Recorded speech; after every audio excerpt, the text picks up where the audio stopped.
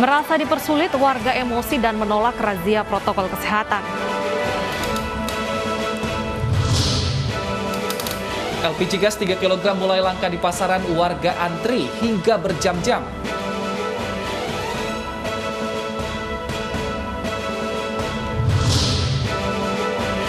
Rumah sakit darurat Wisma Atlet kewalahan tangani pasien terkonfirmasi COVID-19.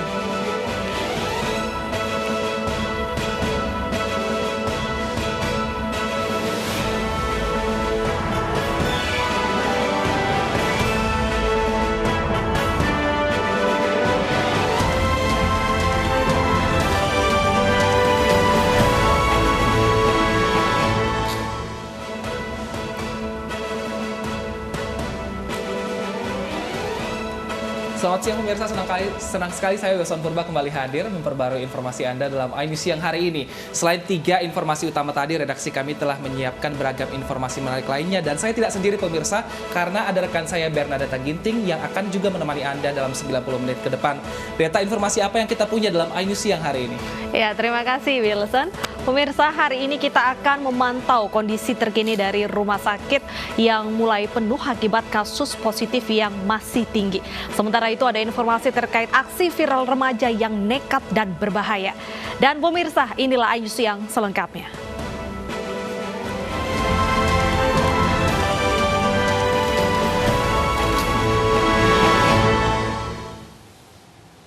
Kita awali informasi siang hari ini dari kebakaran yang menghanguskan pondok pesantren Mustafa Wiyah Purba Baru, Mandailing Natal, Sumatera Utara. Api tidak bisa dipadamkan karena lokasi kebakaran yang jauh dari sumber air. Kobaran api membakar gedung asrama putra di pondok pesantren Mustafa Wiyah Purba Baru, Mandailing Natal, Sumatera Utara. Kebakaran yang terjadi menjelang maghrib kemarin membuat panik santri yang bersiap akan sholat. Mereka keluar gedung namun tidak bisa memadamkan api karena sumber air yang jauh. Sementara itu, tidak ada petugas pemadam kebakaran yang sigap datang ke lokasi kejadian. Api pertama kali muncul di salah satu kamar di lantai 3 yang dihuni santri kelas 4. Api meluas dan membakar kamar lain hingga akhirnya membakar gedung asrama. Belum diketahui pemirsa penyebab pasti dari kebakaran tersebut dan kini masih dalam penyelidikan kepolisian. Dan akibat kebakaran, kegiatan belajar mengajar di pesantren Mustafa Wiyah terhenti. Meski masih pandemi, aktivitas di pondok pesantren tetap berjalan.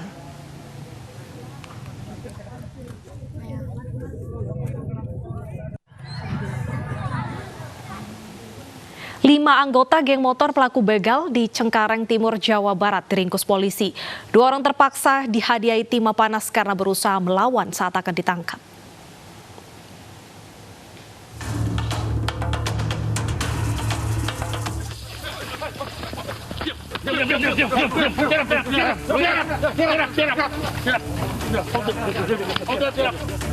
AJ, pelaku begal ini berusaha kabur saat petugas hendak membekuknya di sebuah warung tak jauh dari tempat tinggalnya di kawasan Cengkareng, Jakarta Barat. Tapi usahanya sia-sia karena petugas langsung menyergapnya.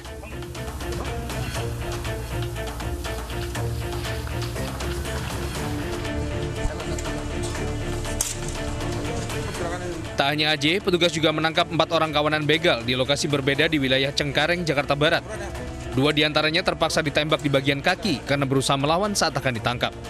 Keduanya lantas dilarikan ke rumah sakit untuk menjalani perawatan medis.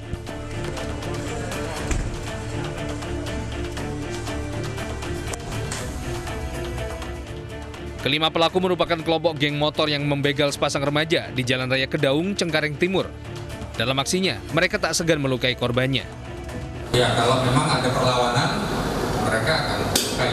Contohnya kejadian yang terakhir pada hari Kamis tersebut, apabila ada perlawanan, dia pasti akan melukai. Yang mereka gunakan adalah gunting. Mereka membawa gunting yang digunakan untuk menusuk korban. Dari pengakuan para pelaku, mereka sudah 3 kali beraksi di sejumlah lokasi di wilayah Cengkareng. Kelima pelaku yang diamankan petugas terjerat pasal 365 KUHP dengan ancaman hukuman 12 tahun penjara. Sementara polisi masih memburu 3 orang pelaku lainnya yang sudah dikantongi identitasnya. Dari Jakarta, Miftahul Gani, iNews melaporkan. Pemirsa, seorang remaja di kota Ternate, Maluku Utara nekat berjoget di atap sebuah mobil angkot yang tengah melaju di jalan raya. Aksi joget yang berbahaya ini langsung viral di media sosial.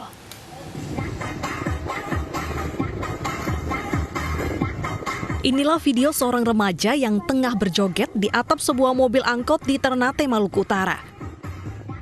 Aksi nekat dan berbahaya remaja ini direkam oleh seorang pengendara yang berada di belakang angkot. Rekaman berdurasi 1 menit ini pun langsung viral di media sosial. Usai viral, polisi lalu melacak dan berhasil menangkap para pelaku, yakni NS yang berjoget serta sopir mobil angkot FH di kawasan Fitu, Kota Ternate Selatan. Saat diperiksa, keduanya mengaku hanya ingin mencari sensasi dan berjanji tidak akan mengulangi lagi. Dasarnya karena dia ingin cari sensasi, ya, karena tidak ada yang suruh. Saya tanya ke dia bilang saya sendiri Pak yang naik. Jadi emang dia murni untuk mencari sensasi di tengah kesorean di belakang gunung. Saya minta maaf dan berjanji tidak akan mengulangi kesalahan yang saya lakukan tadi seperti berjoget di atas mobil mikro. Apabila saya mengulangi lagi, maka saya siap diproses sesuai hukum yang berlaku. Untuk masyarakat yang lain, jangan meniru perbuatan seperti yang sudah saya lakukan, karena dapat membahayakan diri sendiri dan juga orang lain. Meski meminta maaf, polisi tetap memberikan penindakan berupa surat tilang karena ternyata sopir mobil angkot FH tidak memiliki surat izin mengemudi. Keduanya dipulangkan usai memberi pernyataan. Namun mobil angkot mereka tetap ditahan di kantor Lantas Polres Ternate karena pelanggaran sound system yang dianggap mengganggu. Dari Ternate, Maluku Utara, Ismail Sangaji, iNews melaporkan. Polres Probolinggo, Jawa Timur menangkap sopir angkutan umum ugal-ugalan yang sengaja menabrak anggota polisi ketika akan diberhentikan.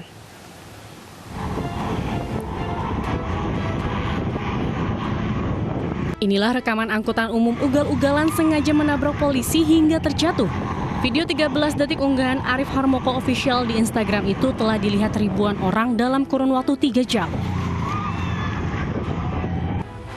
Kasat Lantas Polres Probolinggo, AKP Purwanto Sigit Raharjo mengatakan mobil angkutan umum itu dikejar anggotanya karena berusaha kabur saat diperiksa dalam operasi justisi penegakan protokol kesehatan di Jalan Lumajang, Kota Probolinggo.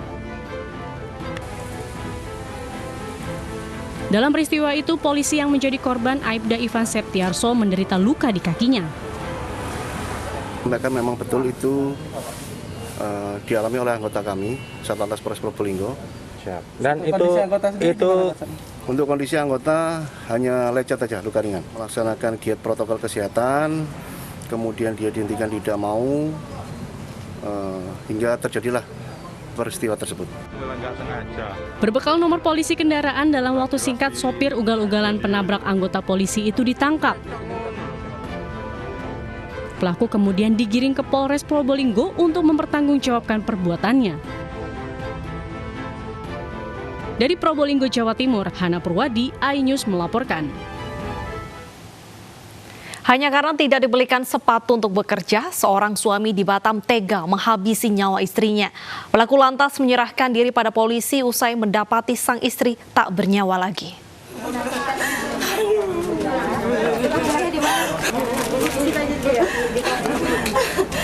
Ernawati tak kuasa menahan tangis mengetahui sang adik Nurvitasari tewas dalam keadaan mengenaskan.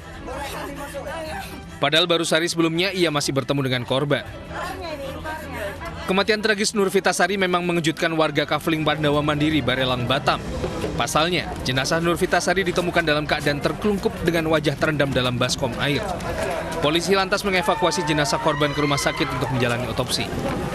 Sementara polisi menegaskan korban tewas karena dibunuh suaminya sendiri. Pemicunya, pertengkaran rumah tangga yang salah satunya karena pelaku marah tak dibelikan sepatu untuk bekerja. Informasi yang pertama kita dapat yaitu dari si tersangka sendiri menyerahkan diri tadi ke kantor, kemudian kita melakukan cek TKP dan TKP dan betul bahwa di situ ada peristiwa diduga adanya satu permasalahan rumah tangga, ya masalah ekonomi, cekcok rumah tangga. Saat ini pelaku Supriyadi masih diperiksa secara intensif di unit Jatan Res Satreskrim Polresta Barelang. Dari Batam, Kepulauan Riau, Gusti Yenosa, iNews melaporkan. 7 remaja di Makassar, Sulawesi Selatan ditangkap lantaran terlibat prostitusi online. Ironisnya pemirsa, terbongkarnya kasus prostitusi online ini karena pengaduan korban yang masih berusia 15 tahun yang kecewa karena tidak mendapatkan uang jutaan rupiah seperti yang dijanjikan.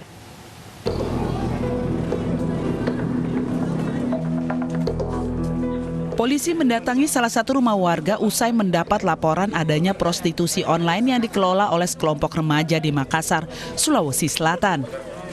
Di dalam rumah, polisi menangkap 7 remaja yang menjadi muncikari prostitusi online. Terbongkarnya sekelompok remaja yang menjadi muncikari ini usai korban berinisial M, berusia 15 tahun, mengadu kepada keluarganya.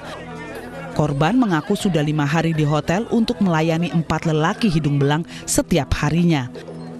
Korban diajak oleh salah satu pelaku berinisial MK dengan iming-iming upah jutaan rupiah, namun ternyata hanya mendapat ratusan ribu rupiah saja. Jadi berdasarkan keterangan awal yang kami dapatkan dari korban bahwa mereka adalah korban prostitusi online, yaitu micet. Jadi rencananya akan dijual pada pria hidung belang. Jadi berdasarkan keterangan dari korban, jadi bahwa mereka dijanjikan atau akan dijual oleh para pelaku dengan belasan atau jutaan rupiah. Untuk mengungkap kasus muncikari remaja ini, polisi hingga kini masih mendalami keterangan ke-7 remaja serta korban di Polsek Mariso, Kota Makassar. Dari Makassar, Leo Muhammad Nur, iNews melaporkan. Masih terkait kasus prostitusi pemirsa, Subdit Siber Ditreskrimsus Polda Jawa Timur berhasil menangkap seorang muncikari dan puluhan pekerja seks anak di Mojokerto, Jawa Timur.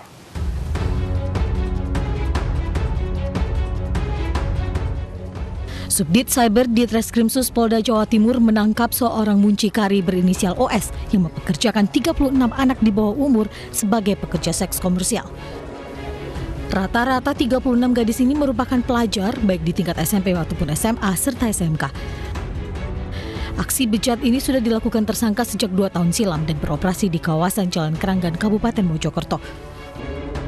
Tersangkanya inisialnya OS yang sudah diamankan oleh Ditreskrimsus Polda Jawa Timur dan TKP-nya di daerah Keranggan, Mojokerto. Modusnya, tersangka menggunakan gambar kartun saat menawarkan ke pelanggan untuk mengelabui petugas.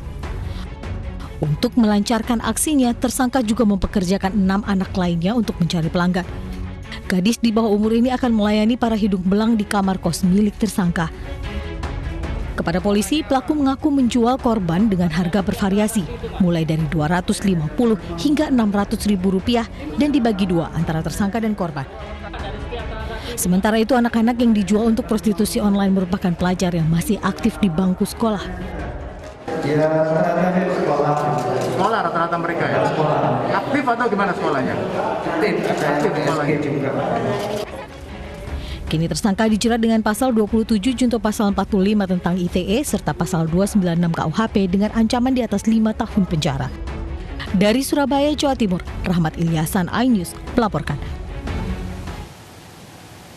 Kita beralih ke kasus lainnya pemirsa, polisi menangkap satu keluarga di Surabaya, Jawa Timur yang berprofesi menjadi tukang copet. Para pelaku mengaku berkomplot mencopet lantaran terdesak ekonomi.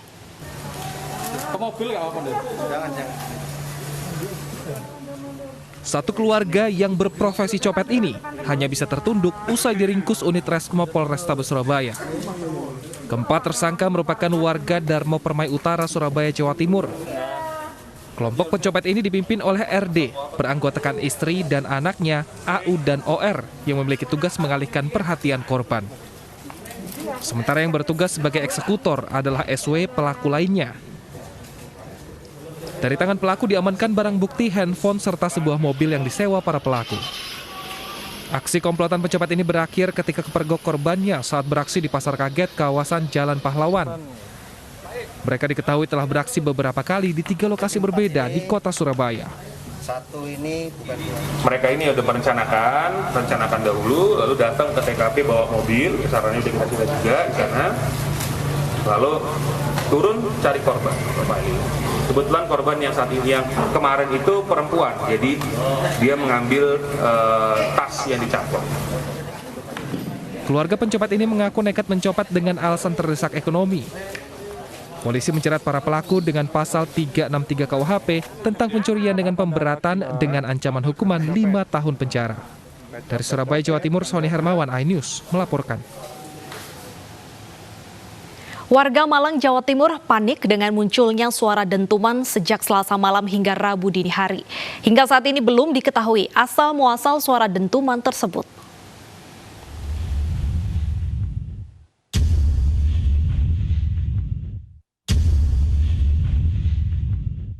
Masyarakat Malang dan sekitarnya dihebohkan dengan suara dentuman misterius yang terjadi pada pukul 9:30 malam hingga pukul 3 Rabu dini hari.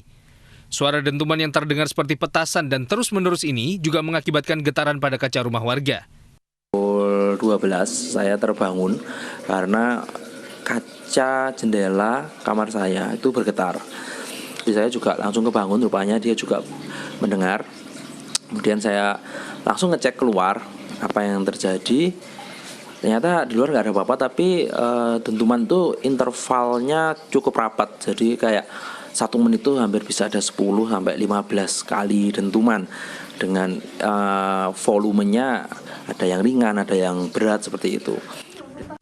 Suara dentuman yang viral ini masih menjadi pertanyaan. BPBD telah menghubungi pihak BMKG Lumajang dan BMKG Banyuwangi untuk mengetahui aktivitas Gunung Raung dan Gunung Semeru yang diduga menjadi asal suara dentuman.